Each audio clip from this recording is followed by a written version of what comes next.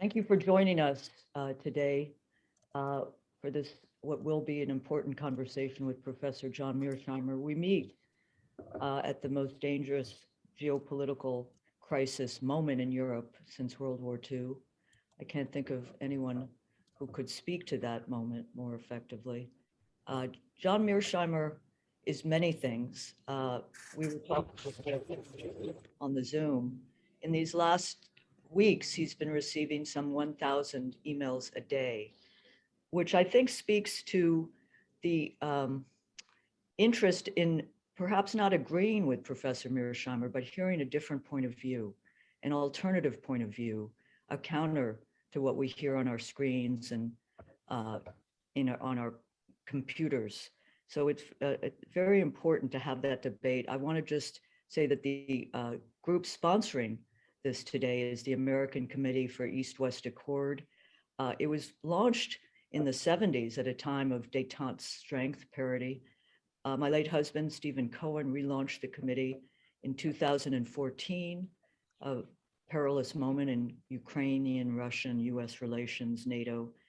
And I think that with a small team, a very important board, we've worked against headwinds to fulfill a mandate of at least building dialogue, restraint, realism, different point of view. Again, that alternative point of view, which is missing in our media and politics. And we believe our work, even against the headwinds and the brutality we witness, is more important than ever. I want to introduce briefly someone who doesn't need an introduction, Professor Mearsheimer.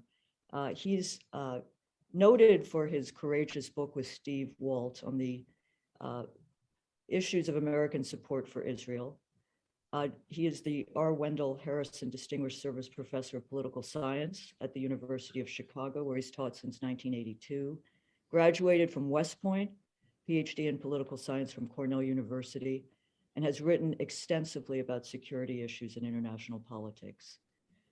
Distinguished scholar, his principal work on Ukraine, though I may be wrong, was a very important essay in September, October Foreign Affairs 2014, Why the Ukraine Crisis is the West's Fault.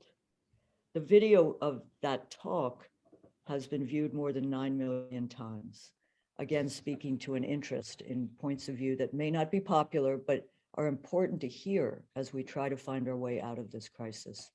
So I thank you, John, and remember the traveling in Germany where you and Steve took on Joschka Fischer and Timothy Garton-Ash against a room of hostile bankers, and you survived that. So I'm grateful to you in this difficult time, this crisis time, this geopolitical crisis time, for joining us. Thank you. Thank you, Katrina. Thank you very much for inviting me to be here.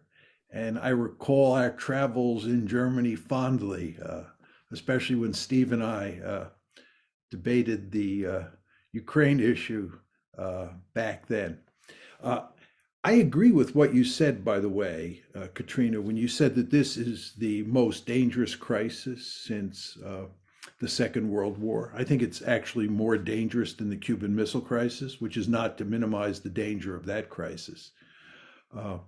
But I think basically what we have here is a war between the United States and Russia.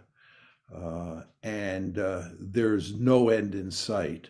I cannot think of how this can end in the near future. And I think there's a very dangerous chance of escalation. First of all, escalation to where the United States is actually doing the fighting against Russia. The two sides are clashing militarily, which hasn't happened so far. And I think there's a serious danger of nuclear escalation here. I'm not saying that it's likely, but I can tell stories on how it actually happens. So the question is, how did we get into this mess? So what caused it? And the reason it's very important to deal with that issue is it has all sorts of implications for understanding Russian thinking. If you want to understand how the Russians think about this crisis, you have to understand the causes. Uh, Now, the mainstream view, which I of course reject, is that Vladimir Putin is either a congenital aggressor or he is just determined to recreate the Soviet Union or some version of the Soviet Union. He's an expansionist, he's an imperialist. Uh, I think that argument is wrong, and my view is that this is really all about the West's efforts to turn Ukraine into a Western bulwark on Russia's borders. And the key element in that strategy, of course, is NATO expansion. And in my story, it all goes back to the April 2008 decision at the NATO summit in Bucharest, where it was said that both Georgia and Ukraine would become part of NATO. The Russians made it manifestly clear at the time that this was unacceptable, that neither Georgia nor Ukraine were going to become part of NATO. And in fact, the Russians made it clear that they viewed this as an existential threat. Very important to understand those words. From the Russian point of view, from the get-go, this was perceived as an existential threat. Lots of people in the West do not believe it is an existential threat to the Russians. But what they believe is irrelevant, because the only thing that matters is what Putin and his fellow Russians think, and they think it is an existential threat. Now, I think, to be honest, that the evidence is overwhelming that this is not a case of Putin acting as an imperialist, and it is a case of NATO expansion. If you look at his February 24th speech justifying why Russia invaded Ukraine, it is all about NATO expansion and the fact that that is perceived to be, by him, an existential threat to Russia. If you look at the deployment of forces in Ukraine, it's hard to make the argument that the Russians are bent on conquering and occupying and integrating Ukraine into a greater Russia. If you listen to Zelensky talk about a possible solution, the first thing he goes to is talking about creating a neutral Ukraine. That tells you that this is really all about NATO expansion and Ukrainian neutrality. Furthermore, there is no evidence of Putin saying that what he wants to do is actually make Ukraine part of Russia. There's no evidence of him saying that this is feasible and that he intends to do it. There's no question that in his heart, he would like to see Ukraine be part of Russia. In his heart, he would probably like to see the Soviet Union come back. But as he has made manifestly clear, that is not possible. And anybody who thinks that way is not thinking straight. He has, in effect, said that. So I would like someone to point out to me the evidence where he makes it clear that what he is actually doing in terms of formulating policy is trying to create a greater Russia or reconstitute the Soviet Union.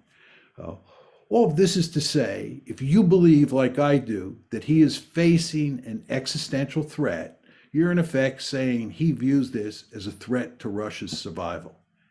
And if he's in a situation like that, he cannot lose. When you face an existential threat, you don't lose. You have no choice. You have to win. Now, this brings us to the American side. What are the Americans doing? What we're doing, which is what we did after the crisis broke out on February 22nd, 2014, is we're doubling down. We have decided that what we're going to do is we are going to defeat Russia inside of Ukraine. We're going to deliver a decisive defeat against the Russians inside of Ukraine. And at the same time, we're going to strangle their economy. We're going to put wicked sanctions on them, and we're going to bring them to their knees. We, in other words, are going to win, and they're going to lose. Furthermore, the Biden administration and the president himself has gone to enormous lengths to ramp up the rhetoric and portray the Russians as the font of all evil and to portray us as the good guys and to create the impression in people's minds that this is a situation that doesn't lend itself to compromise because you can't compromise with the devil. In fact, what has to be done here is we have to win. Now, you know that it would be a devastating defeat for Joe Biden if the Russians were to win this war. And of course, as I just said to you, from the Russian point of view, they have to win this war because this is an existential threat that they are facing. So the question you then want to ask yourself is, where does that leave us? Both sides have to win. It's impossible for both sides to win. Not when you think about the situation that we're facing here. So how do we get a negotiated settlement? I just don't see it happening. I don't see the Russians giving any meaningful ground, and I certainly don't see the Americans giving any meaningful ground. So what is likely to happen? There's now talk on our side, and even on the Russian side, that this war is going to go on for years.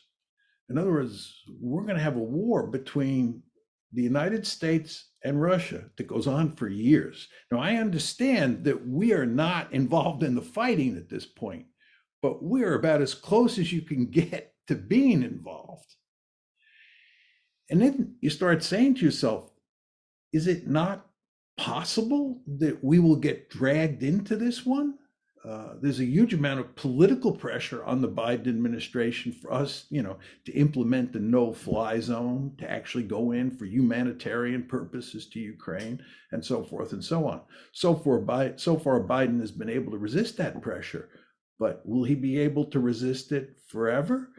And what if we have a military incident that drags us into the fighting? So we could very well end up in a situation where the United States and Russia are fighting against each other in Ukraine. Then we come to the issue of nuclear escalation. I think, first of all, if the United States gets dragged into a fight against Russia, and it's a conventional war in Ukraine or over Ukraine in the air, the United States will clobber the Russians. If the Ukrainians are doing so well against the Russians militarily, you can imagine how much better the Americans will do in air-to-air engagements and even on the ground, right? In that situation, don't you think it's possible that that Russia would turn to nuclear weapons? I think it's possible. I've studied a lot of military history. I've studied the Japanese decision to attack the United States at Pearl Harbor in 1941. I've studied the German decision to launch World War I during the July crisis in 1914. I've looked at the Egyptian decision to attack Israel in 1973.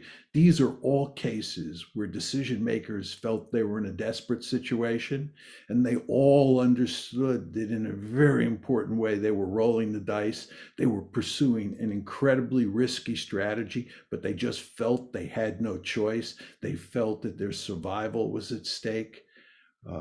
So what we're talking about here is taking a country like Russia, right, that thinks it's facing an existential threat, that thinks its survival is at stake, and we're pushing it to the limit.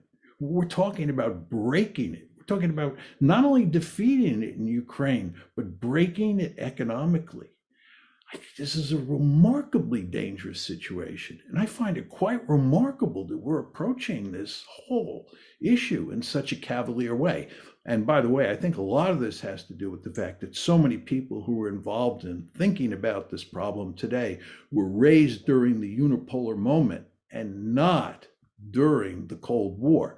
During the Cold War, as someone like Jack can tell you even better than me, we thought long and hard about nuclear war. We thought long and hard about US-Soviet relations and how that might lead to a nuclear war. People who grew up in the unipolar moment are much more cavalier about these issues. And I think this presents a very dangerous situation. Now, I would note that even if the Russians and the Americans don't end up fighting each other, but the Ukrainians are able to stagger the Russians in Ukraine and deliver significant defeats on them, the Russians may still turn to nuclear weapons. It's possible. Is it likely? No, but it's possible. And that scares me greatly. And it should scare most Americans and certainly most Europeans. So all this is to say, when I look at the US-Russia relationship today, I think we're effectively at war with each other, although again, the Americans are not fighting against the Russians on the battlefield. But this is a very dangerous situation. Now, what about Ukraine? Don't the Ukrainians have any agency? I mean, after all, it's their country that's being destroyed. One could make the argument that the West, especially the United States, is willing to fight this war to the last Ukrainian. And the end result is Ukraine is, in effect, being wrecked as a country. Given that they have agency, is it not possible that the Ukrainians themselves will say enough is enough and put an end to this? Sadly, I don't think that's the case. And I think the fact is that the United States will not allow the Ukrainians to cut a deal that the United States finds unacceptable. The Washington Post had a piece on Monday that made it very clear that the administration and our NATO allies are very worried that the Ukrainians are going to cut a deal with the Russians that makes it look like the Russians won, or that in fact concedes that the Russians have won, at least to some extent. We do not want that to happen. As I said before, the Biden administration is out to inflict a decisive defeat on Russia.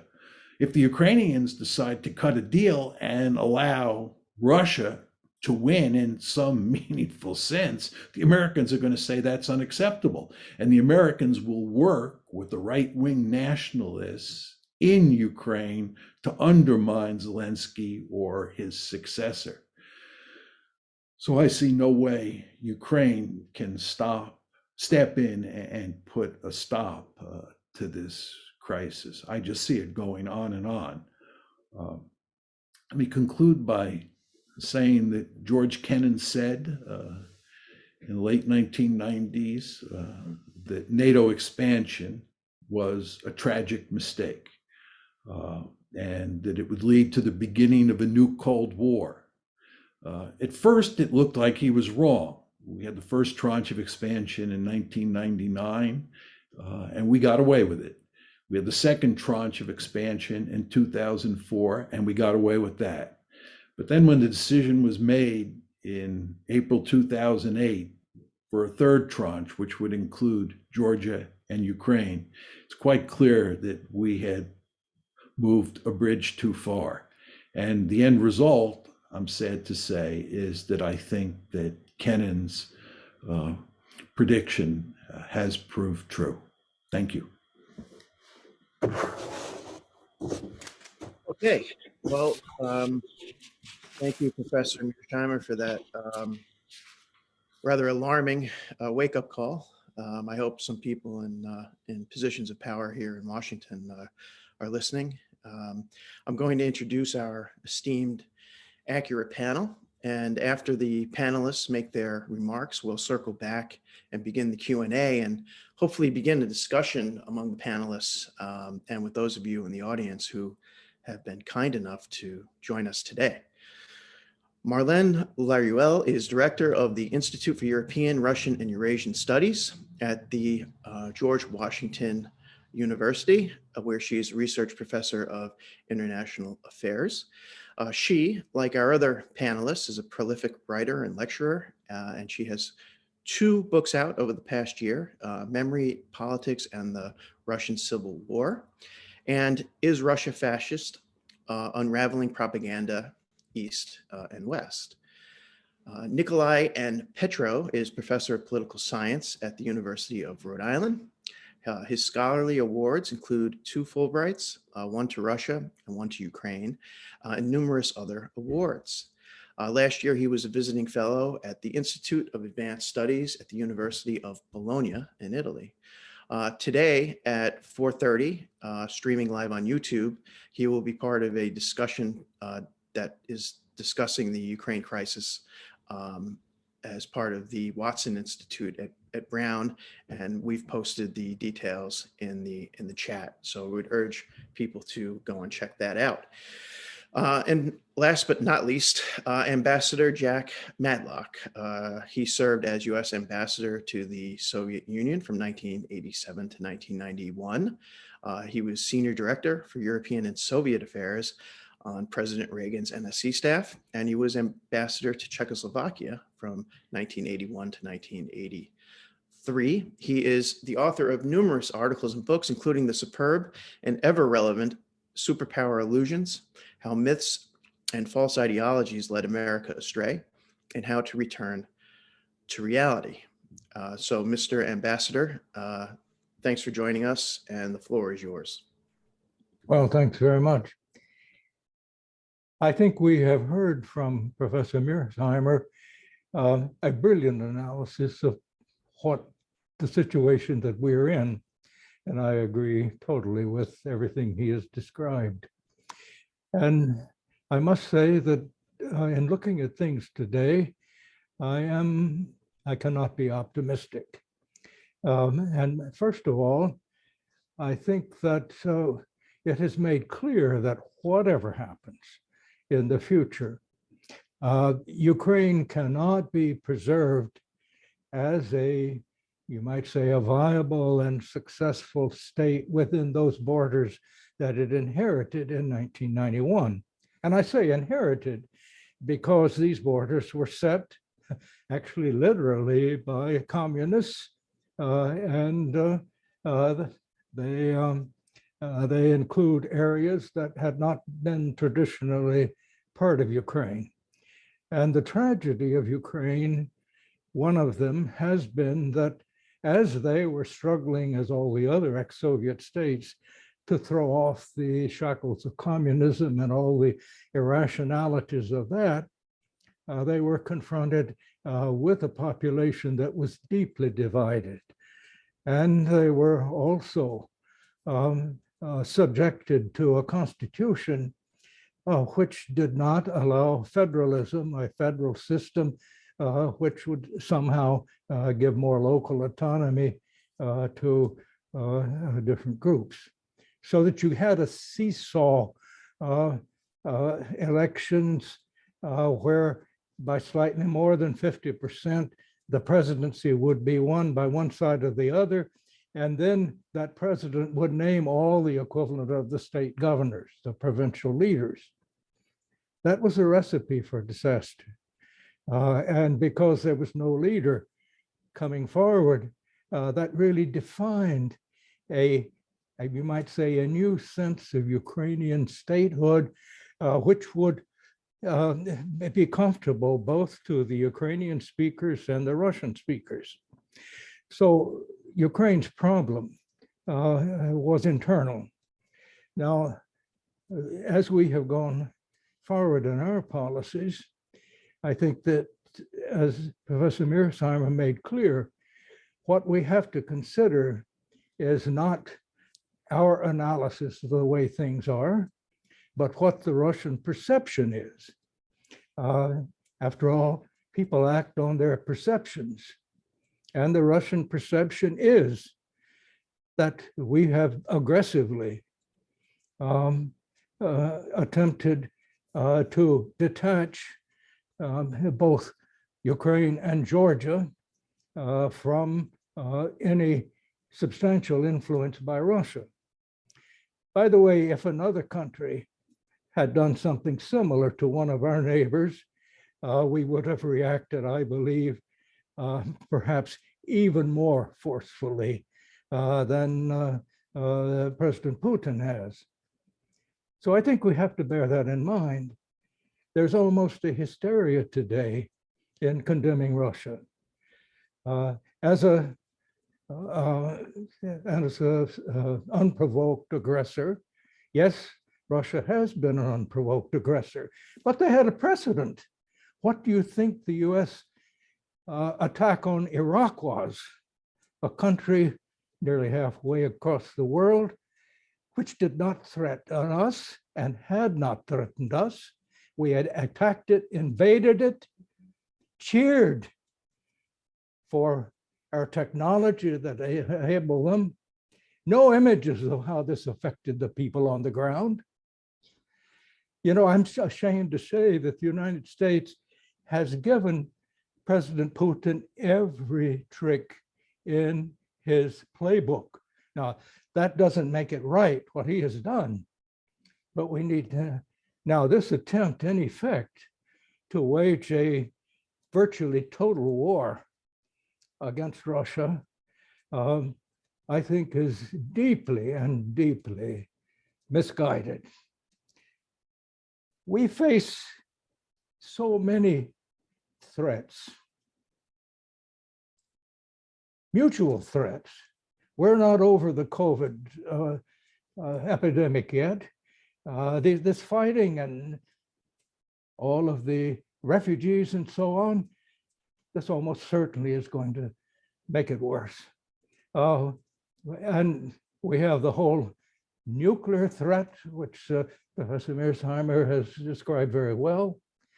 And what about the long-term threats of global warming? How are we going to continue to deal with all these flows of refugees, whether they be economic or whatnot?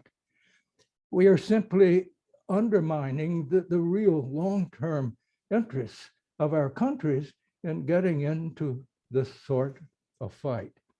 And I'd also say those who think we're simply going to choke Russia and bring it down should understand that this is going to have a serious effect on many other people. In my day, when I was in the Soviet Union had to import close to 30 million tons of grain a year just to survive. This was a tremendous liability, and it's one that we were able to use to pressure them in many ways. Right now, both Ukraine and Russia are net and major grain exporters. It tells you what the new system is like and how different it is from the Soviet Union, by the way. And this affects many countries. You start cutting off that trade. And also the trade not only in energy, but also in precious metals and other things which are essential for much of modern technology. You know, I think that we're going to see, if we continue these policies, and it looks as if we're going to, a real pushback by people who are not willing really to take some of the cost to them for these sanctions, because they are there. And finally, I would say don't underestimate the Russian ability over in a fairly short period of time to overcome some of the technological problems. I also think that the use of the dollar as a weapon, which is what we have been doing, is going in the long run to undermine our dominance of the world financial system. That may take a decade or two, but I think there are very serious implications entirely aside from the nuclear threat, which is very much there. Though I agree with Professor Mearsheimer, it is not probable, but it is possible. And we have to worry about that.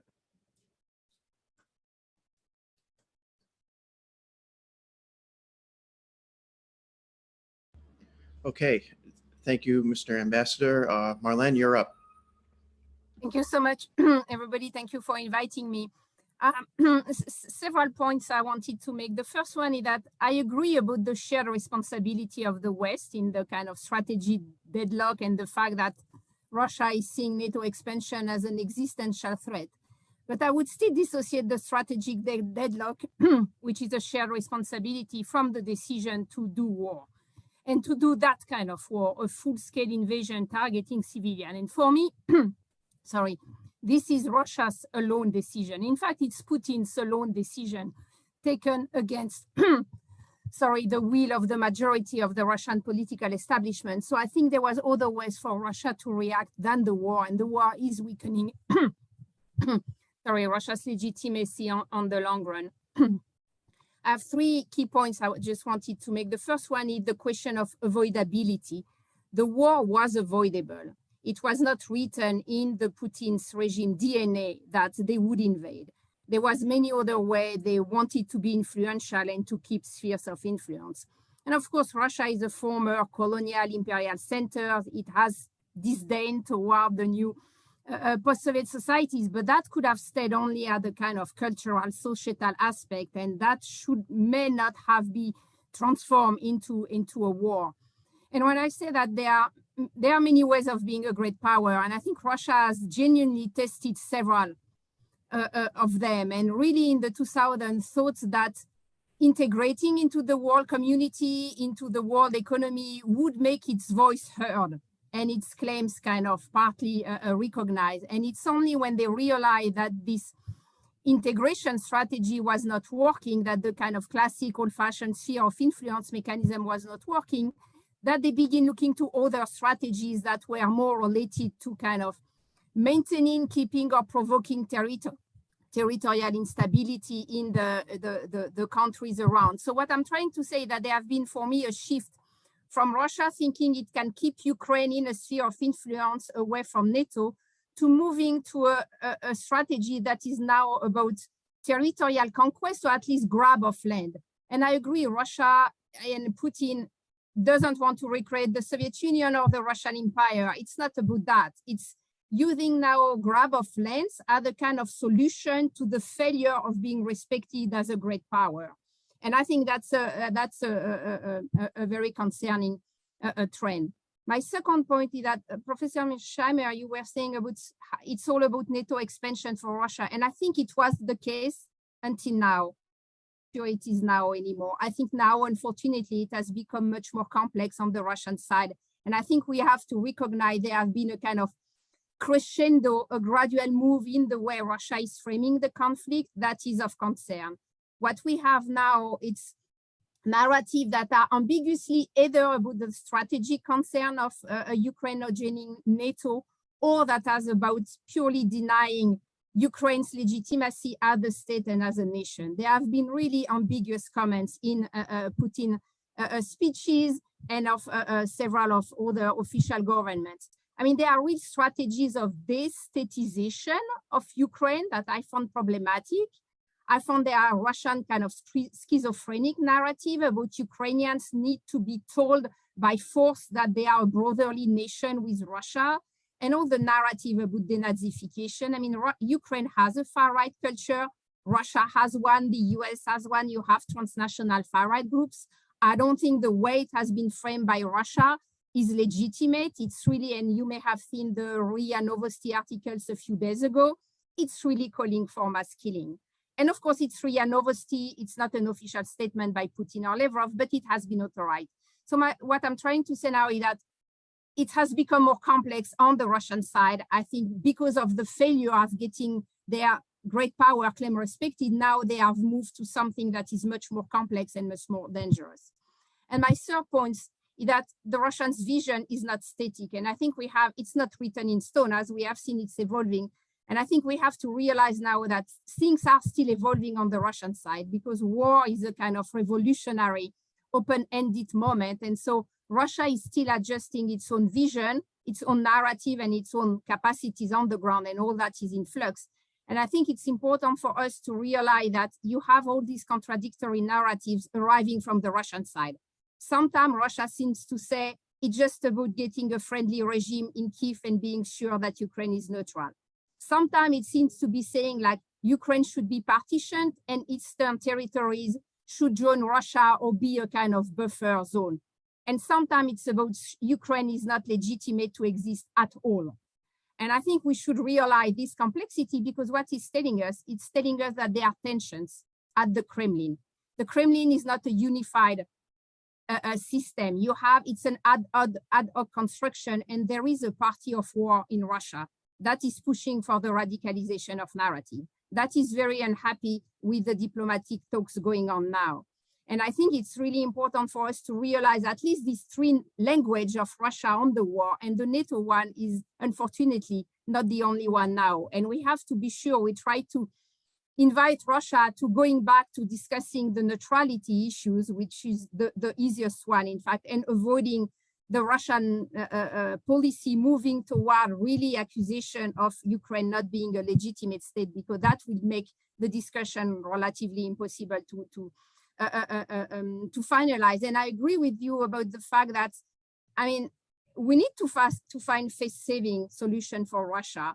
And we need to be sure that if Ukraine is able to cut a deal with Russia, there is no US kind of regime change strategies or maintaining of sanctions. That would, of course, make things impossible on the Russian side to be accepted. So I will stop here, but just to say that I think things are still very much in flux, that it's mostly a shared responsibilities, but the war is Putin's responsibility largely against the will of his own governments.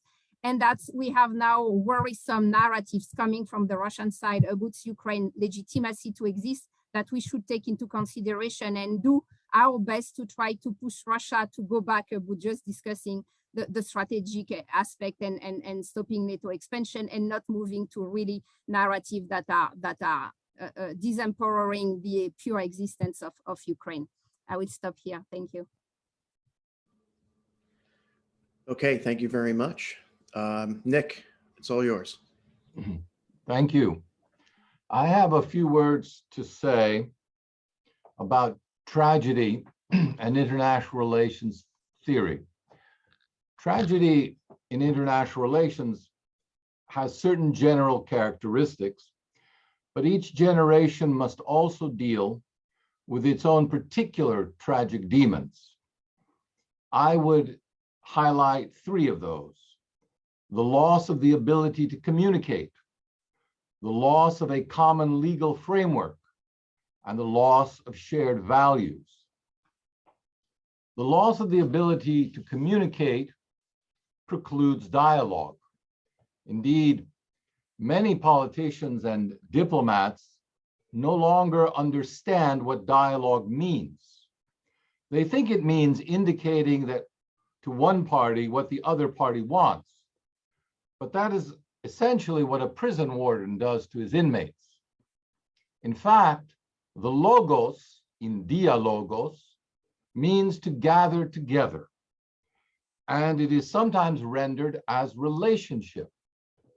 The famous opening line of the Gospel according to St. John could thus be read: "In the beginning was the relationship." The proper objective of dialogue is not a momentary accord, but a profound self-transformation that establishes a new relationship with the enemy. Classical Greek tragedy is thus quintessentially a series of dialogues in which we expose our own tragic flaws to ourselves.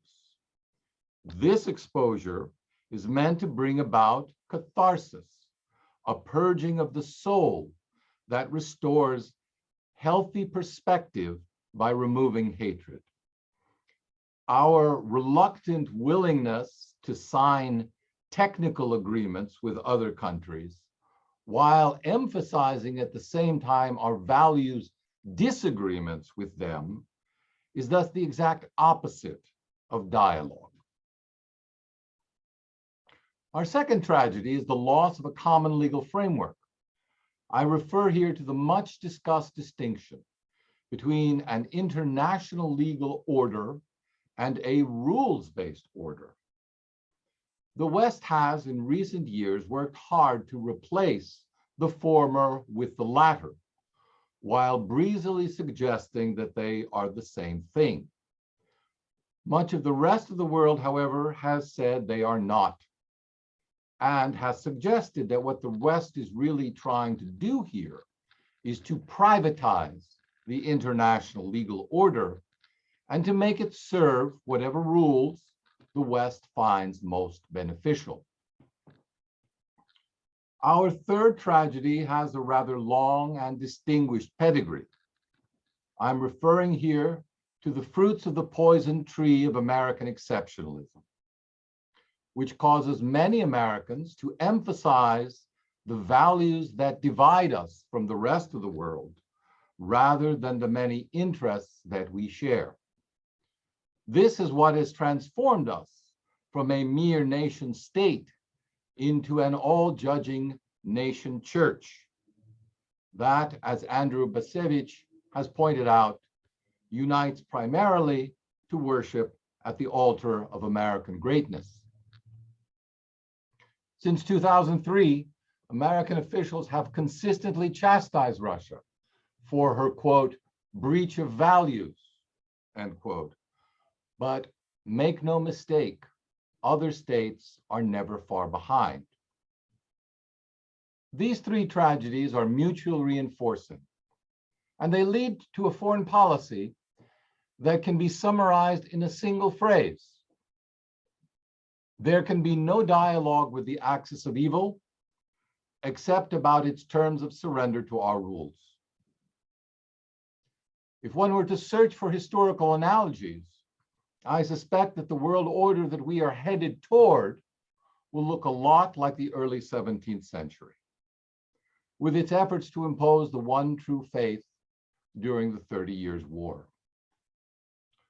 We've been told that Putin is trying to return us to the power politics of the 19th century. My greatest fear is that we may one day look back on that with regret as an offer we should have taken. Thank you.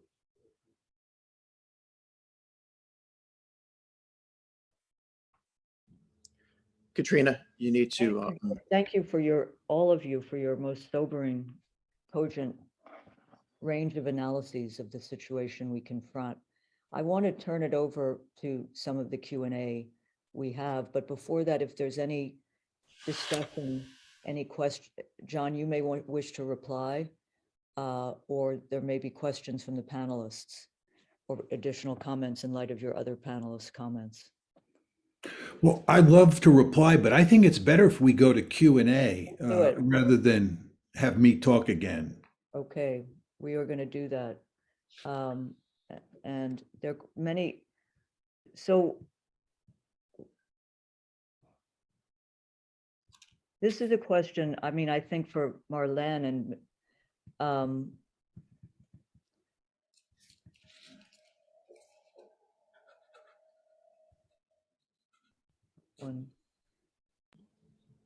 to what extent, Professor Mearsheimer, do you believe the Ukrainian far right stops the government in Kiev from cutting a deal with the Russians? I think that when Zelensky ran for president, he made it very clear that he wanted to work out an arrangement with Russia that ended the crisis in Ukraine. And he won. And what he then tried to do was move toward implementing the Minsk II agreement. If you were going to shut down the conflict in Ukraine, you had to implement Minsk II. And Minsk II meant giving the Russian-speaking and the ethnic Russian population in the easternmost part of Ukraine, the Donbass region, a significant amount of autonomy. And you had to make the Russian language an official language of Ukraine once again. That had to be done. I think Zelensky found out very quickly that because of the Ukrainian right, it was impossible to implement Minsk II.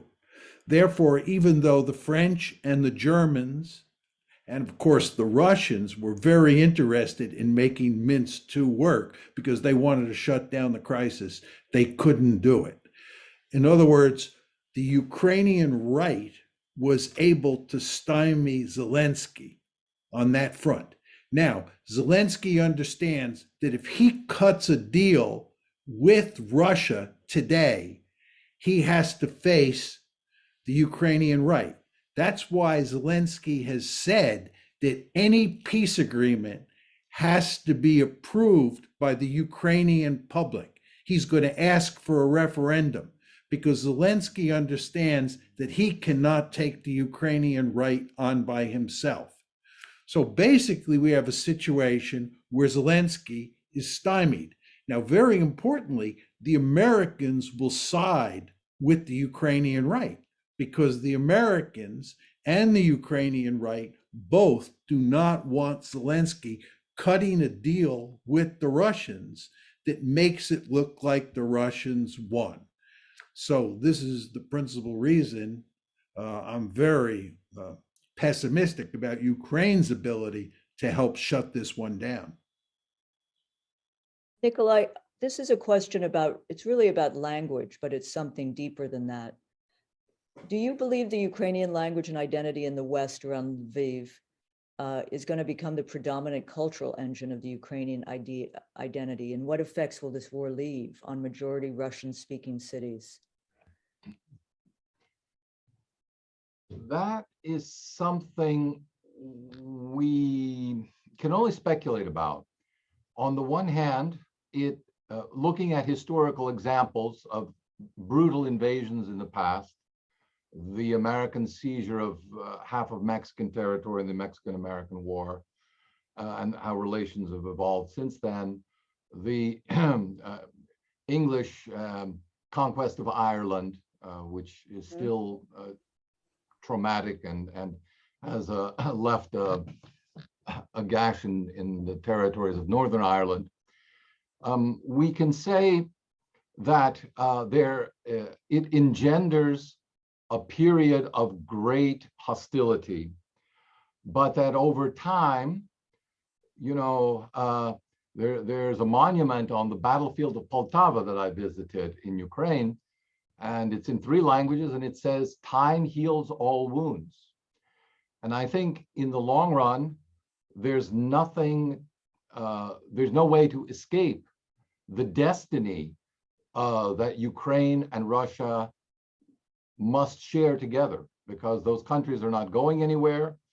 And no matter what the current generation thinks and the next generation thinks, that is absolutely no predictor of several generations down the road. Could I add something, Katrina, Please. on that? Yeah, I mean, what we are seeing now is that the Russian-speaking Ukrainians are siding with Ukraine, largely. The Russian-speaking cities are largely on the Ukrainian side. I mean, you always have people who are on the Russian side. There are some small flows of refugees going on the Russian side because that's where they feel more comfortable. The Donbass population, those who were already secessionists, are more on the Russian side. But I think we should realize that the war is reshuffling the Ukrainian identity. And what you seems to have emerging now is a largely more unified Ukrainian identity in which Russian-speaking Ukrainians feel good at home with Ukraine. So I think that is something that all the knowledge we had about all these kind of regional division of Ukraine culturally, linguistically, they will be totally transformed by the war.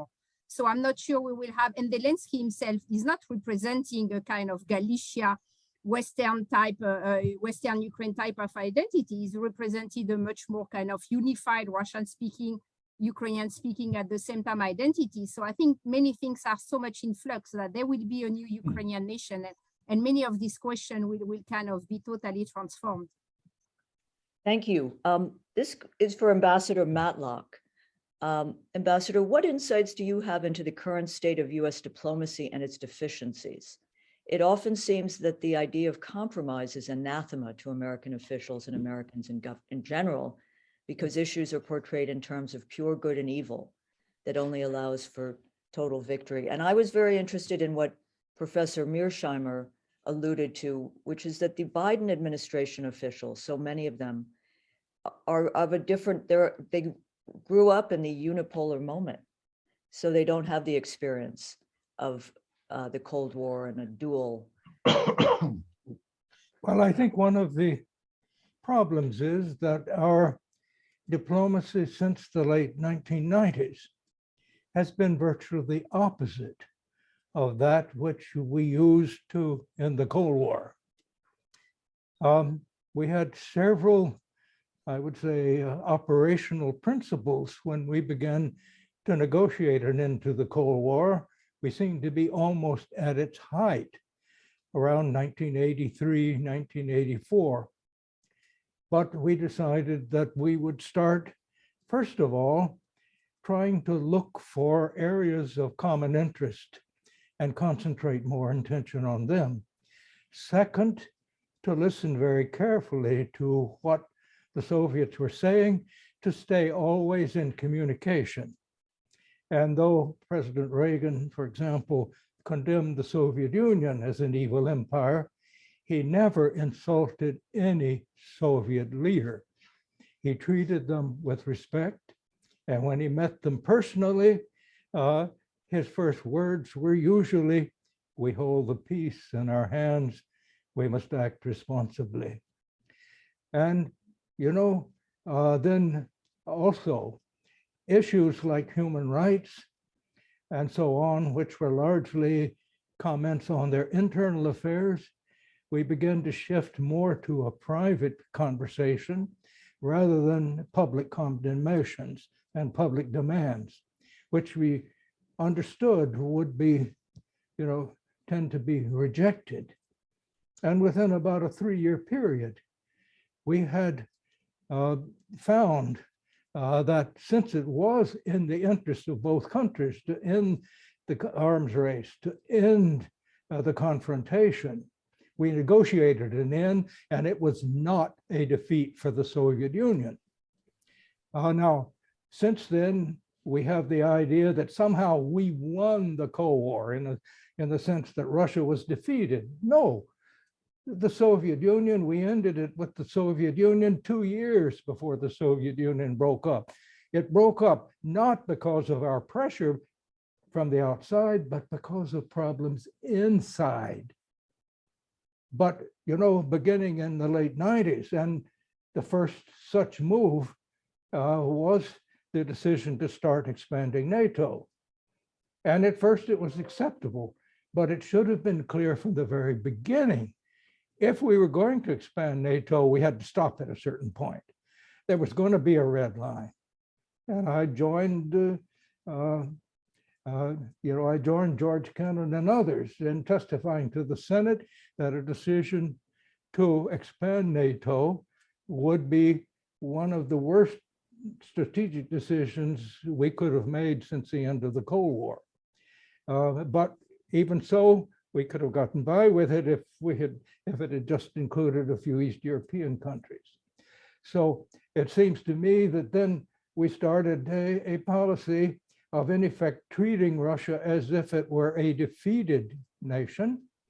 At the same time, we interfered directly in their own elections. So we were very much involved in the 1996 election that re-elected Boris Yeltsin. Then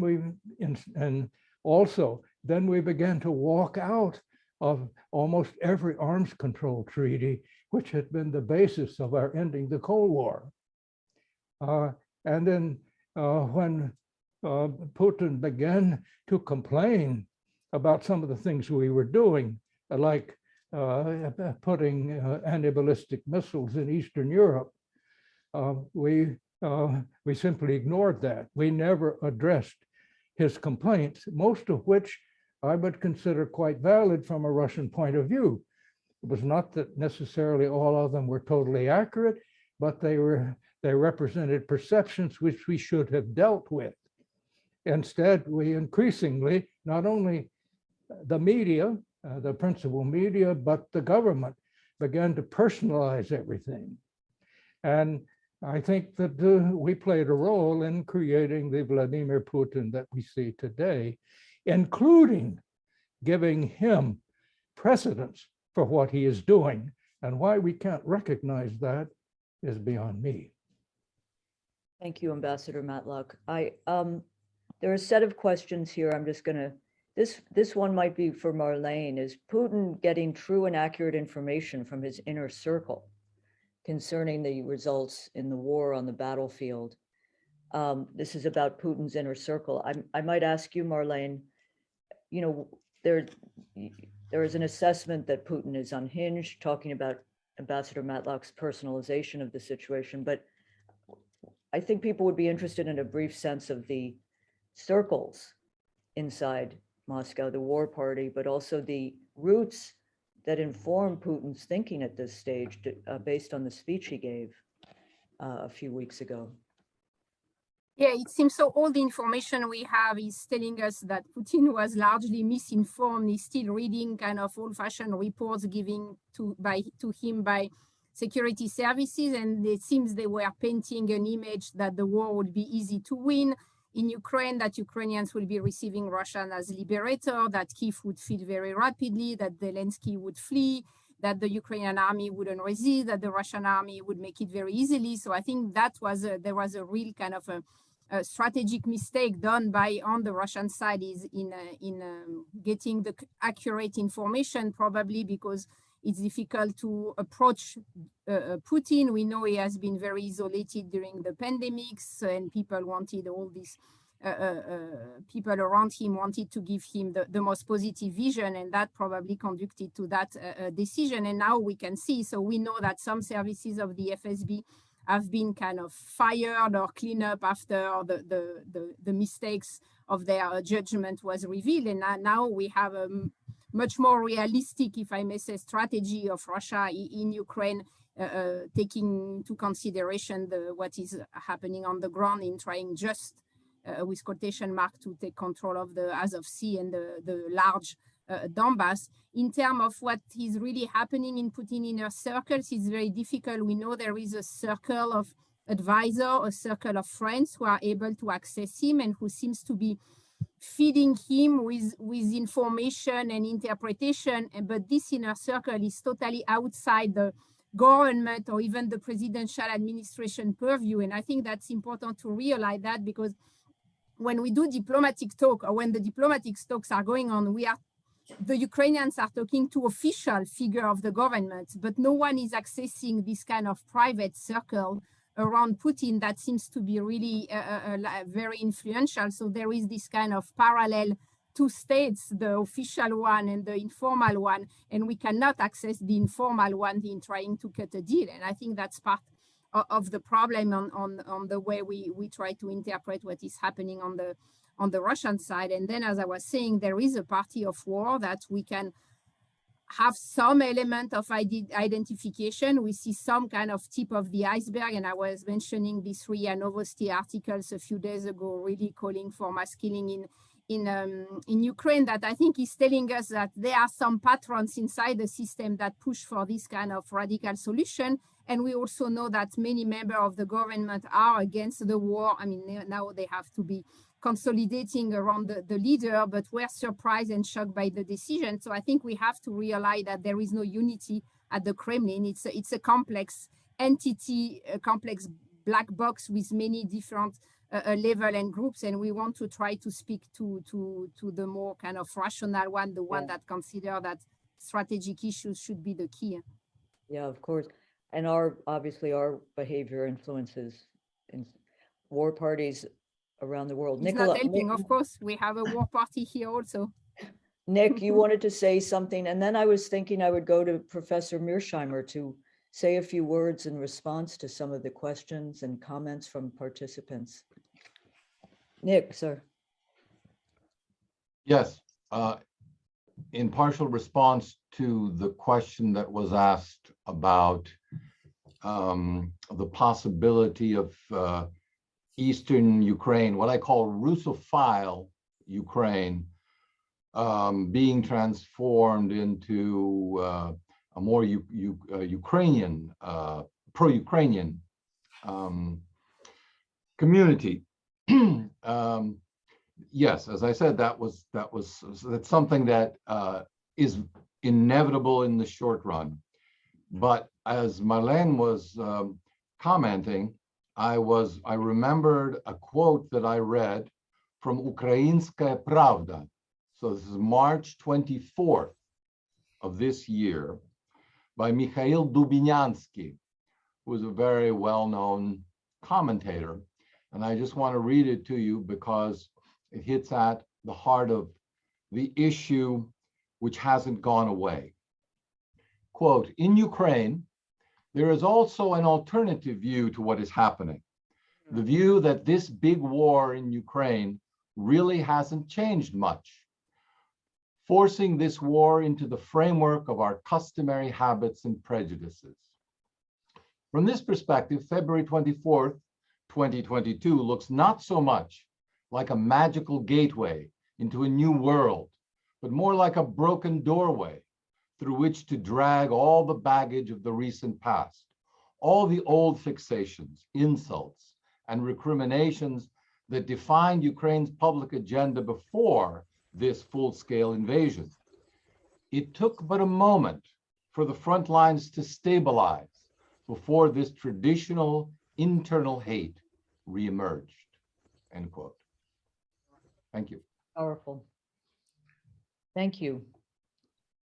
Thank you for a brilliant analysis of this perilous moment. I wanted to go back to Professor Mearsheimer to comment or to just speak in closing about the moment and what lies ahead.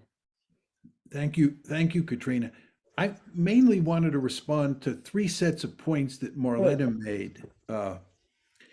First of all, you talked about Putin targeting civilians or the Russians targeting civilians. It's obviously very hard to tell exactly what's happened here, but with that caveat in mind, you want to remember that the Americans have been pushing to arm civilians in Ukraine and to tell those civilians to fight against the Russians. So by definition, in lots of the firefights that have taken place and will take place, Russians are going to be fighting against civilians because those civilians are fighting against the Russians. So just remember, this is a very complicated business. Second point has to do with Putin's thinking and also your comments about the narratives that are taking place inside Russia. The fact is, we have no idea who Putin is talking to. And we really have no idea exactly what he's thinking these days. There's just no way we could know that. And it is, you used the term black box. It's kind of a black box. We can look at what he said on February 24th or February 21st and so forth and so on, but who knows for sure what he's thinking. When it comes to narratives, I've spent a lot of time thinking about how public discourse matches up with decision-making in a crisis. If you go to a decision like the Cuban Missile Crisis or the German decision to invade France in 1940, basically you have a handful of policymakers in the room who are making the decision to do something. And what they think is what matters. And the narratives that are swirling around in the broader public really don't matter. So I understand that if you look at the narratives in Russia today, you can find all sorts of evidence of people talking about doing X or doing Y or doing Z in Ukraine. But in the end, what really matters is what Putin and his close advisors are thinking and why exactly they decided on February 24th to invade Ukraine. And we really don't have good information to analyze that situation at this point in time. My final set of comments, excuse me, have to do with your point about Russian interest in grabbing territory in Ukraine. I actually think the Russians had zero interest in grabbing territory in Ukraine, and that includes Eastern Ukraine. The main reason that the Russians wanted to implement the Minsk II Accords and wanted to work with Zelensky to do that is they wanted to shut down the problem in Eastern Ukraine. They did not want to conquer the Donbass. Furthermore, when things really began to get bad in mid-February, they recognized those territories in the Donbass as independent states. They didn't move to make them part of Russia as they had done with Ukraine. And with regard to the future, it's not at all clear that Russia will move to take those parts of Eastern Ukraine that it's conquered and integrate them into a greater Russia. I wouldn't be surprised if they created an independent state, simply because it's probably more trouble than it's worth to conquer that territory. So I don't think the Russians, contrary to the conventional wisdom in the United States, have really had any interest in conquering Ukraine. Because, as I said many years ago in the 2014 essay in Foreign Affairs that Katrina referenced in her introduction, for Russia, conquering Ukraine would be like swallowing a porcupine. Thank you.